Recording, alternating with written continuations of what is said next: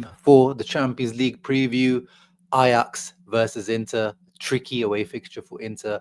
First fixture up in this the new format now that I guess we're used to, right? This new long league format of the Champions League.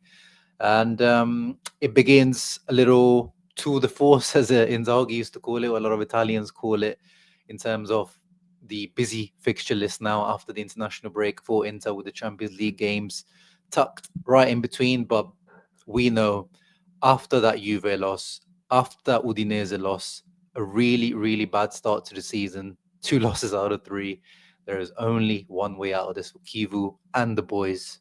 That is 15 points, both in Serie A and Champions League. So Ajax away, Slavia Prague at home, that has to be 6 points.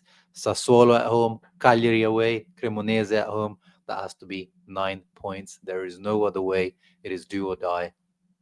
And that's the only way that we can move forward. With Kivu having slightly a little bit of less pressure, not going to reduce much, a little bit less pressure. But of course, we want to see the bounce back from these boys because the performance against Juve, again, I'm reiterating overall, I think it was good. But of course, the little details and just the lack of just, it doesn't feel like they really want to get back on the horse of winning things and being serial winners whilst we still have this strong squad. And of course, the frustration that we have with the ownership and the directors for not improving the squad. But anyway, moving on to tomorrow, which is a 8 p.m. kickoff. So the later kickoff. Kivu is an ex of the match. He is, of course, a former Ajax player who played for 3 years, if I remember correctly. I think even maybe 4 years, between 1999 and 2003, I think it was. And he was even a captain at a young age, which Ajax often do. So there's nothing, out of the ordinary becoming a young Ajax captain. But still, the fact that he was a foreigner, not a Dutch guy, a Romanian who came in and became a leader and captain for them. Of course, then he moved on to Roma and then to Inter. So he's mentioned it in the past as well when they asked him, you've had the footballing coach of Romania and Ajax and Italy, but you've had coaches like Mourinho, etc. Like, how do you see yourself as a coach? And he said, I am a bit of a hybrid of all these ways of thinking, styles of coaching. And of course, Ajax and Dutch football is known for total football, the Cruyff way of playing. And in some aspects, I think Kivu does appreciate that in terms of, dominating the ball and trying to control the possession of the ball and being technically sound and everyone being technically sound on the pitch. But anyway, moving on from this, what is the predicted lineup for tomorrow, which is what everyone is wondering. So for these ones, for the predicted lineups, if you follow my channel, Sky Sport Italia is the one we go for Serie A, but they don't do predicted lineups for Champions League because in Italy, Sport Mediaset is the company that covers the Champions League. And they are the ones that do the predicted lineups. That are usually not as accurate, really, but we use them more as a visual to go off things. But these are the news that are also filtering out from other sources, Italian sources such as Gazzetta, Corriere, etc., that Christian Kivu is going to bring in Josep Martinez. That is the big news that he's going to start. It's big news, but then I think we will have to wait to see to the Sassuolo game whether this is just for Champions League. Is Josep Martinez going to be just the Champions League, the Coppa Italia guy, or is this an actual big decision that Kivu's doing or going to make moving forward, which we've said post-Juve game may be reactionary, but also I think you got to sometimes make decisions before things get out of hand, like what happened with Handanovic. And we've seen some signs of slowdown from Jan Sommer over the last few months since the Club World Cup, really. Or even last season, some people already started saying that. But yeah, looking forward to seeing Jose Martinez in goal. He deserves his chance. De Vrij will come in for Acerbi. Of course, those two always rotate very, very nicely, and as they should with their age, especially Acerbi. Bastoni retains his place alongside Akanji as well. I'm a little bit worried about Akanji. I thought Bisek might start this game because Akanji hasn't played much football for Man City, but then played back-to-back 90 minutes for Switzerland, and then now against Juve, and with his recent injury history as well. I don't want to, overexert him really. So I actually wouldn't mind Bisek coming in there. But overall, seems like Kivu would opt, if he goes for this, he's opting for a strong back lineup, keeping it strong, not too much rotation, which also makes sense. In midfield, Hakan retains his place. I think Hakan actually maybe, like, you guys know me if you follow me on this channel.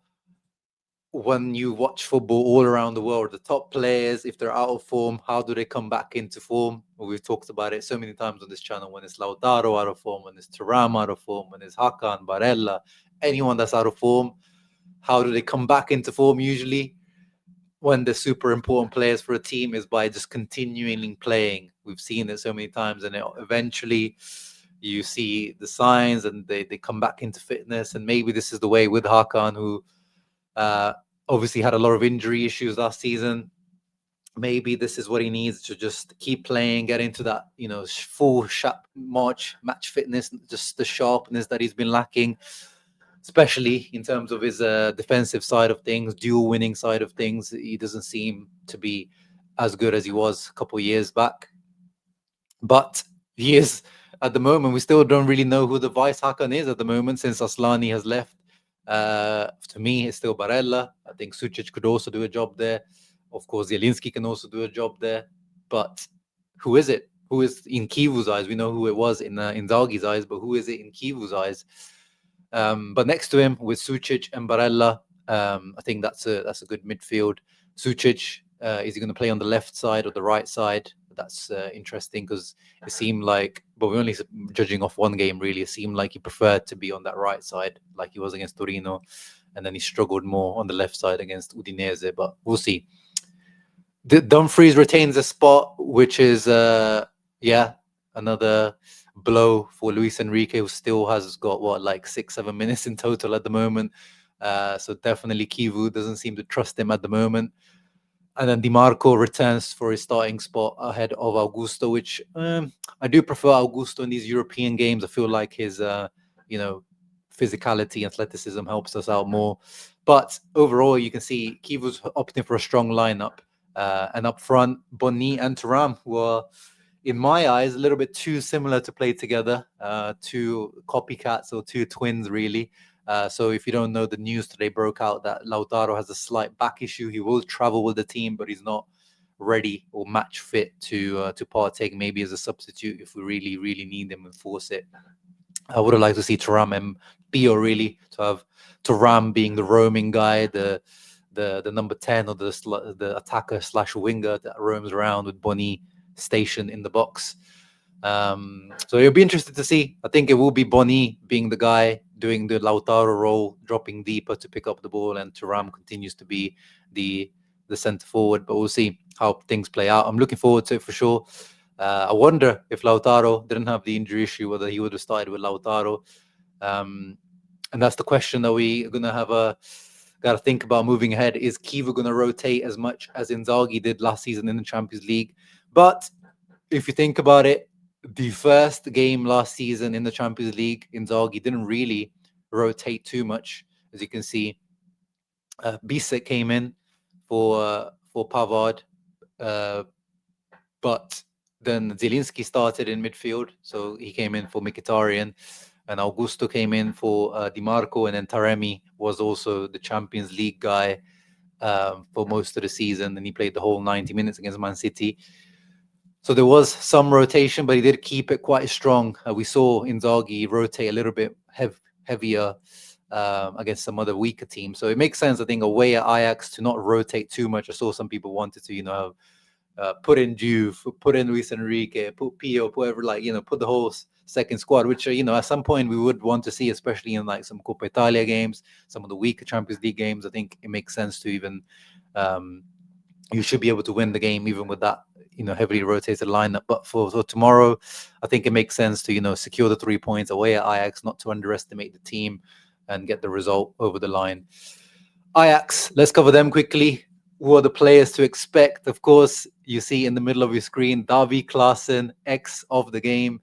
Scudetto winning Davy Klaassen, the mascot of the Scudetto winning season, the Seconda Stella season, who has gone back to Ajax and become their captain, which I guess kind of, all due respect to Ajax, fantastic, heritage club, and all due respect to Davy Klaassen, kind of says a lot about this current Ajax team at the moment. Not as good as they were over the last, when they got to the Champions League semi-finals and the Ten Hag, or even after that, they've had some interesting, exciting teams. This one doesn't seem to be at the moment as good in the Eredivisie at the moment. They're doing all right. They're just only 1 point off the top, behind PSV and Feyenoord.